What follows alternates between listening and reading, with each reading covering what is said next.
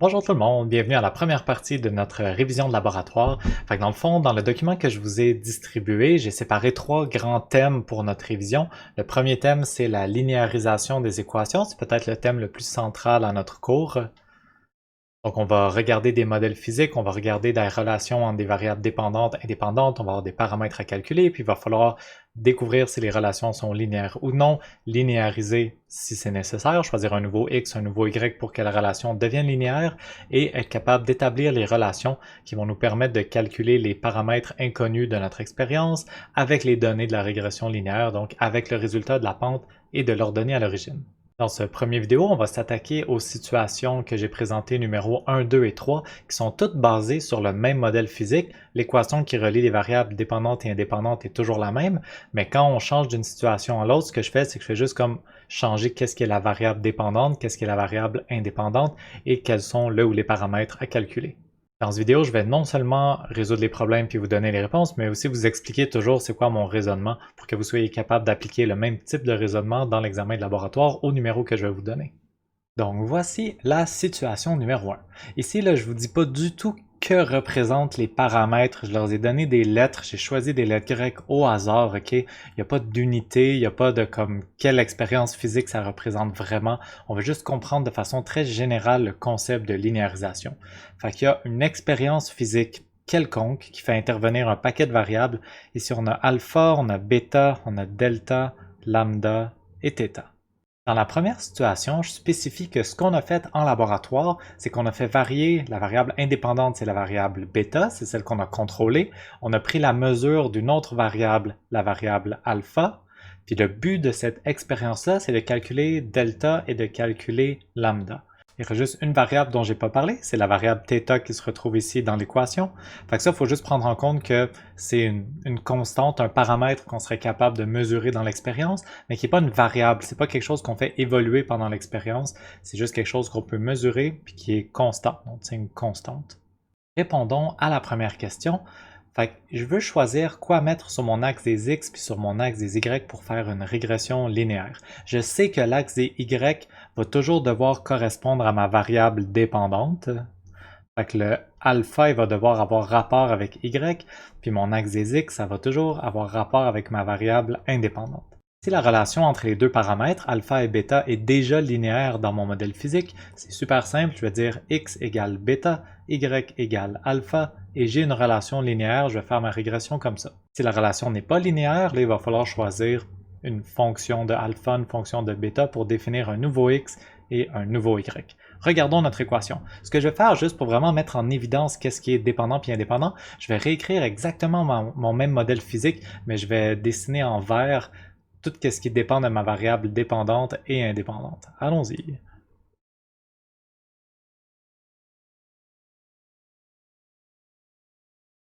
Voilà.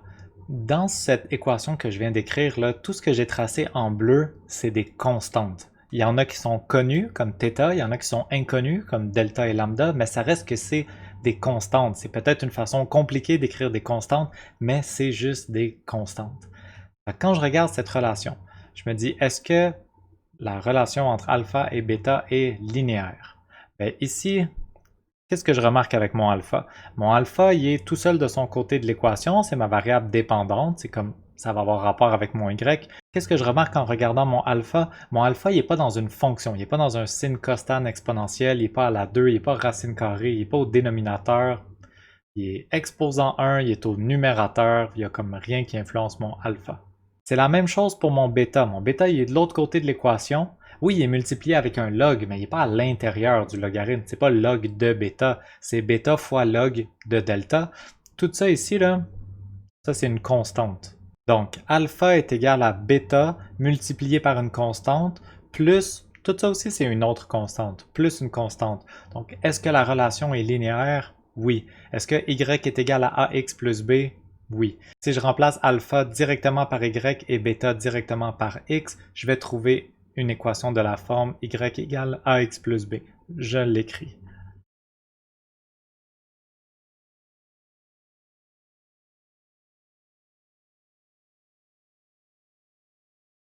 Et voilà, maintenant, qu'est-ce que je veux faire, c'est je veux identifier c'est quoi ma pente, c'est quoi mon ordonnée à l'origine.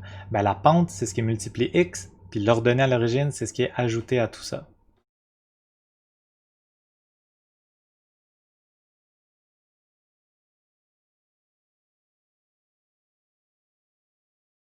Et voilà, j'ai la forme y égale ax plus b. Bon, ici c'est écrit x fois a, c'est la même chose. A, c'est une constante qui représente ce qui multiplie le x, fait que mon a, ma pente, c'est le logarithme de delta. Et b, c'est la constante qui est ajoutée ici, dans ce cas-ci, lambda carré fois sinus de l'angle. Là, je suis presque capable de tout remplir les informations qui m'étaient demandées. J'ai identifié les variables x, y, j'ai identifié la pente, j'ai identifié l'ordonnée à l'origine. La seule chose qui me reste à faire maintenant, c'est de calculer la valeur des deux paramètres inconnus, qui sont delta et lambda dans cette situation-là, à partir de la pente et de l'ordonnée à l'origine. Fait qu'est-ce qu'il faut que je fasse? Je fais juste regarder ces deux équations-là. Ça, c'est une relation entre le a, qui est la pente, et ma variable inconnue delta. J'ai une relation entre le b, qui est mon ordonnée à l'origine, et mon paramètre inconnu lambda. Ce que je vais vouloir faire, c'est juste isoler mes paramètres inconnus dans ces équations-là. C'est ça qui va répondre à la question.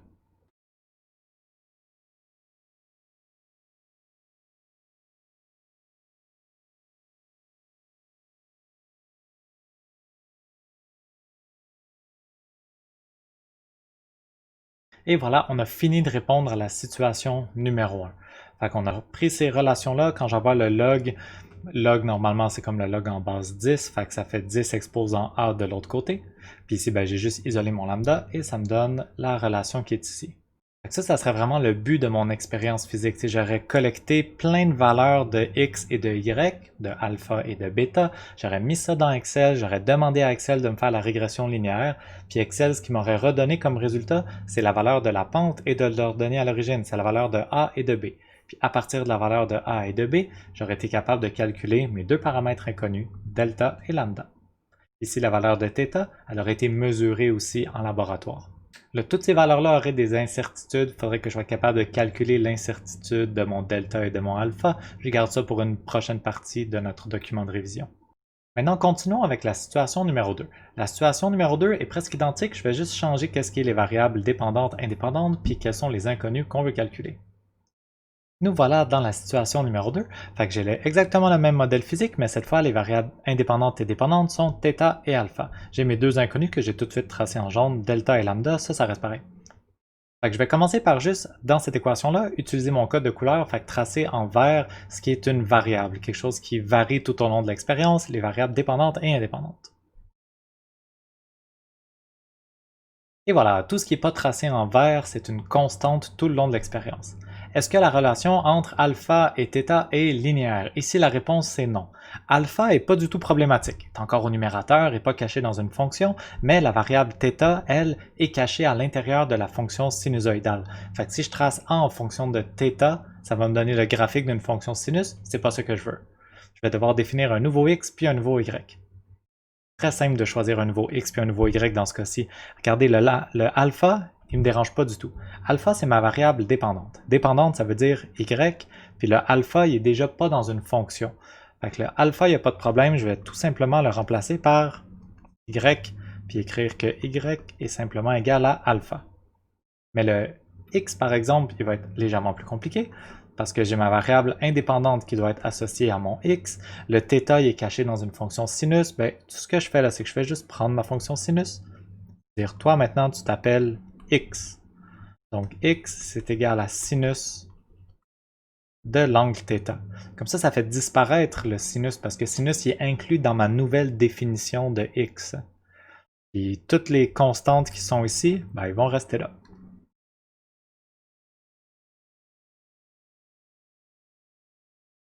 Et voilà. Maintenant, ben, il me reste juste à définir qu'est-ce qui est ma pente, qu'est-ce qui est mon ordonnée à l'origine, mais tu sais, je vois que la relation est linéaire maintenant. Y est égal à une constante plus une constante fois x.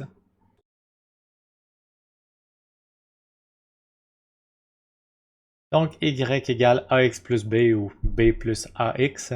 Fait que je suis capable d'écrire à quoi correspondent b et a. Et finalement, je vais être capable d'utiliser ces deux relations-là que je viens d'écrire pour isoler les deux paramètres inconnus, soit delta et lambda.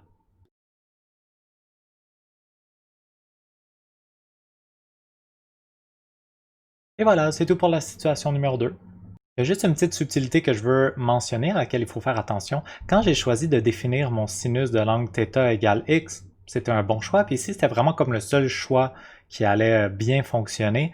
Mais quand je choisis une nouvelle définition de x ou de y, j'ai le droit d'englober dans ma définition des constantes dans le laboratoire tant que c'est des constantes qui sont connues. Est-ce que j'aurais eu le droit de prendre tout ça ici et de dire que lambda carré fois sinus de l'angle, c'est mon nouveau x? Non, j'aurais pas eu le droit de dire ça. Puis la raison pour ça, c'est que lambda, oui, c'est une constante, mais c'est une constante inconnue. Le but du labo, c'est de trouver lambda. Je peux pas inclure l'inconnu du laboratoire dans mon axe des x ou dans mon axe des y.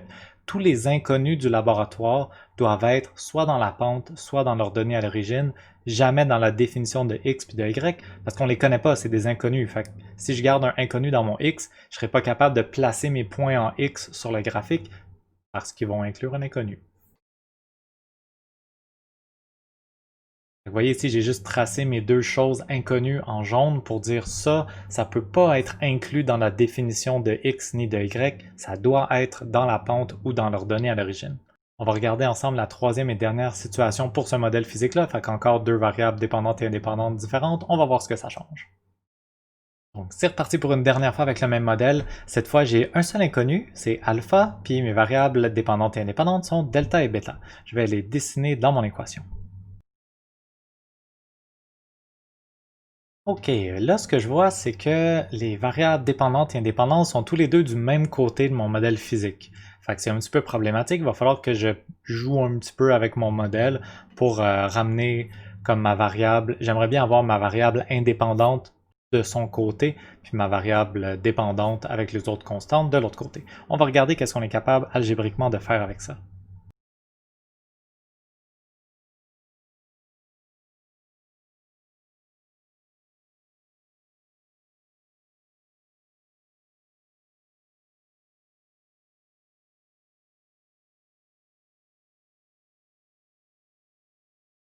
Ok, voilà la relation que ça me donne. J'aime ça, ce genre de relation-là, parce que d'un côté de mon équation, j'ai un log de delta. Il y a un logarithme. Ok, c'est pas grave, on va s'en débarrasser tantôt, mais au moins, le seul paramètre à gauche de l'équation, c'est la variable dépendante delta. Puis à droite, j'ai toutes mes autres constantes et ma variable indépendante bêta. Maintenant, est-ce que la relation entre les deux est linéaire? Non, le delta est dans un logarithme et le bêta est au dénominateur. C'est un problème aussi. Donc, définissons un nouveau x puis un nouveau y, juste pour que ça soit un petit peu plus visuellement facile de repérer la nécessité de mettre un nouveau x. Au lieu de mettre divisé par bêta, je vais juste dire, ben, c'est tout ça, toute cette parenthèse-là, fois 1 sur bêta. C'est la même chose que diviser toute la parenthèse par bêta, mais ici c'est juste visuellement un petit peu plus facile de voir que ben, vu que bêta est au dénominateur, 1 sur bêta ça va être ça mon nouveau x, puis ben, logarithme de delta ça va être mon nouveau y.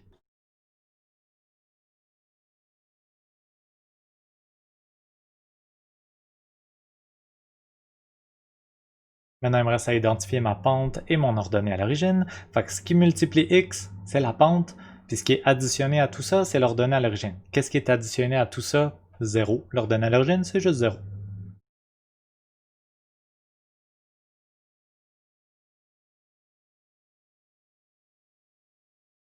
Dernière petite étape, calculer la valeur de mes paramètres inconnus à partir de la pente et de l'ordonnée à l'origine. Là, vous voyez aussi pourquoi j'avais juste un paramètre inconnu que je peux calculer. C'est parce que l'ordonnée à l'origine, elle me donne rien, elle me donne aucun renseignement sur aucun paramètre. J'ai juste une pente, j'ai pas d'ordonnée à l'origine, donc j'ai juste un paramètre que je vais être capable d'identifier, de calculer. Puis là, cette fois-ci, l'inconnu, c'est alpha. Donc, allons-y.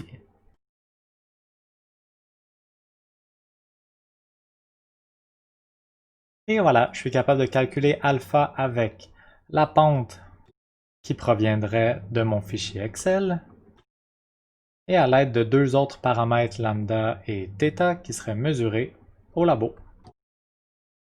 C'est tout pour les situations 1, 2 et 3.